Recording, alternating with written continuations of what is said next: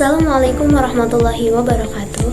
Hai, perkenalkan nama saya Usi Valera Rahaina dengan NIM 2302131024 dari kelas KPIA angkatan 2023. Di dalam video saya ini, saya akan menganalisis sebuah podcast dengan materi komunikasi interpersonal untuk memenuhi tugas ujian tengah semester dalam mata kuliah komunikasi interpersonal dengan dosen pengampu Ibu Dr. Haja Vivi Hasbawati, SE, MSI.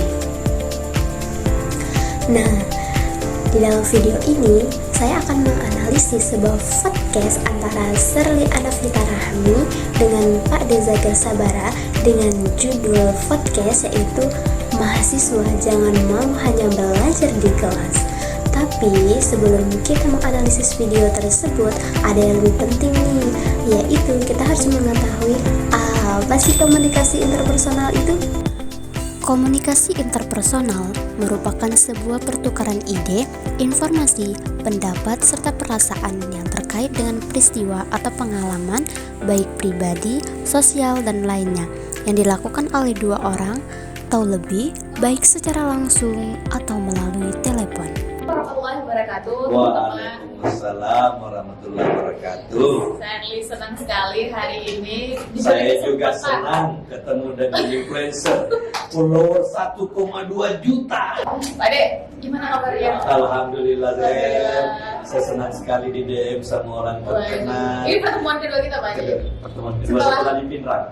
Ya, setelah di Pinrang dan susah sekali mendapat jadwal Pak De. Kebalik.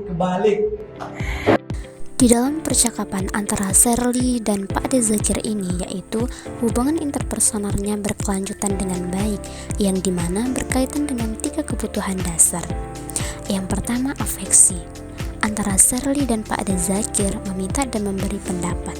Yang kedua, inklusif. Antara Sherly dan Pak Dezakir memosisikan diri dalam posisi yang sama dengan orang lain atau kelompok lain yang ada di sekitarnya. Yang ketiga, kontrol. Antara Sherly dan Pak Dezakir saling mempengaruhi, dan ini disebut komunikasi unik karena 3 kebutuhan dasar terpenuhi. Tapi menarik teman-teman kalau misalnya dengerin diskusi ini, kepikiran bahwa latar belakang Pak De ini berasal dari keluarga seperti apa. Saya akan langsung tanya, Pak De ini keluarganya memang dia punya konsep pendidikan atau gimana? Enggak, saya anak kolong. Anak kolong? Ya, saya anak polisi. Bapak saya polisi dulu, pangkat rendahan, naik itu 2 kelelawar. Saya bersaudara 11. Ada yang keberapa? Saya anak 11. 11. Iya, saudara saya yang pertama polisi, kedua polisi, ketiga suaminya tentara, keempat suaminya polisi, kelima polisi, keenam polisi. Terus ada yang meninggal kecil 1, ke-9 ASN, ke-10 pengusaha, ke-9 berapa ya? 8 ASN, 9 pengusaha, 10 polisi, saya. Terus meninggal 1 kecil. Nah, berarti kan di antara semua tadi Pak De mengambil jalur pendidikan, bahkan sampai guru besar. Jadi kan gak main-main berarti Pak De. Apa? Di dalam percakapan antara Sherly dan Pak Dezakir terlihat jelas skrip identitas atau identity script, yang dimana Pak Dezakir identitas yang melekat pada dirinya, yaitu di dalam video bahwasannya Pak Dezakir Sabara adalah anak yang terlahir dan dibesarkan daripada keluarga yang dominan berprofesi sebagai polisi, dari mulai ayah sampai dengan saudara-saudaranya. Terus kenapa bisa melenceng ke sini? Saya diminta. Saya diminta untuk menjadi dosen ketika saya sudah beli tiket untuk pergi ke Kalimantan. Ya, diminta untuk mengabdi di kampus oleh dekan waktu itu, sekarang Dr. Dirgahayu Lantra, terus rektor waktu itu Profesor Mansur Ramli, terus ketua yayasan almarhum Profesor Basala. Diminta semua setempat menghadap. Saya selalu sampaikan saya tidak punya bakat dan saya tidak mau jadi dosen karena dari mahasiswa saya protes S1 ngajar S1. Udah mengabdi nanti di sekolah. Ya, singkat cerita, saya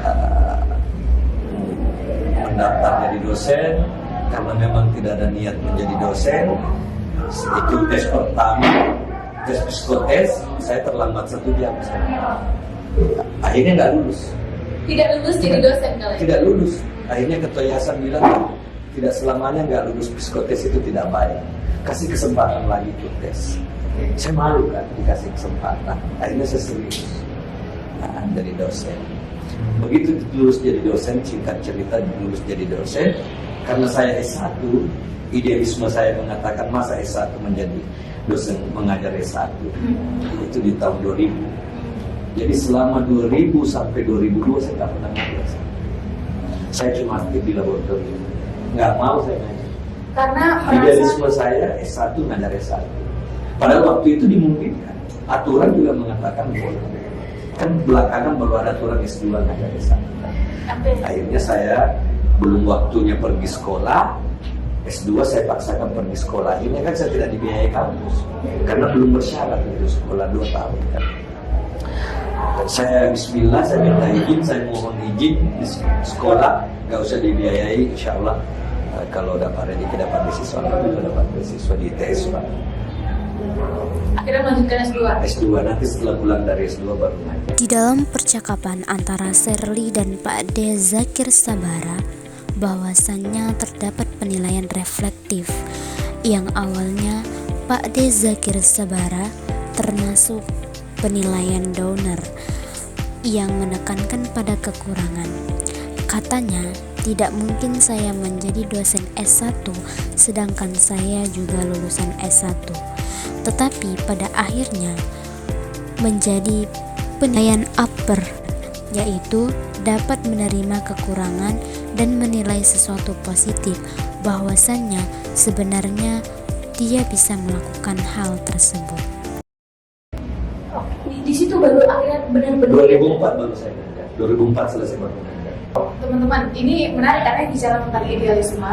Ada satu pertanyaan yang tiba-tiba muncul Pak Ade, bahwa idealisme ini kan tentang nilai. Bagaimana Pak Ade bisa punya idealisme yang tertanam begitu kuat dalam diri, dalam hati, sehingga itu termanifestasi dalam tindakan-tindakan? Ya, itu karena kita besar di aktivis gerakan mahasiswa. Bahkan karena dulu tekanan Orde Baru sangat keras sekali, sehingga saya karena latar belakang keluarga saya adalah polisi, saudara-saudara saya polisi, itulah yang menyebabkan saya tinggal di kampus.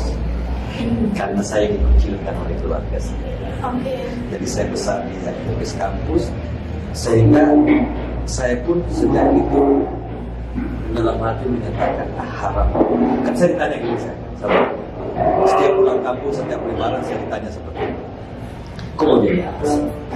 Memangnya bisa jadi di era Orde Baru, bisa jadi apa-apa kalau kau demo terus ini? Saya cuma jawab, saya tahu apa yang saya lakukan, dan apapun saya lakukan itu sama halnya meniti jalan saya 20-30 tahun ke depan, meniti masa depan saya 20. Itu saya katakan waktu saya masih mahasiswa. Akhirnya keluarga saya marah gitu kan, kamu tidak bisa jadi PNS, tidak bisa jadi, bahkan saudara mati saya dan saya deklarasikan saya memang nggak mau jadi PNS. Karena kuatnya idealisme itu. Jadi idealisme itu terbangun dari mahasiswa. Olehnya adik-adik mahasiswa belajar organisasi yang baik dan benar.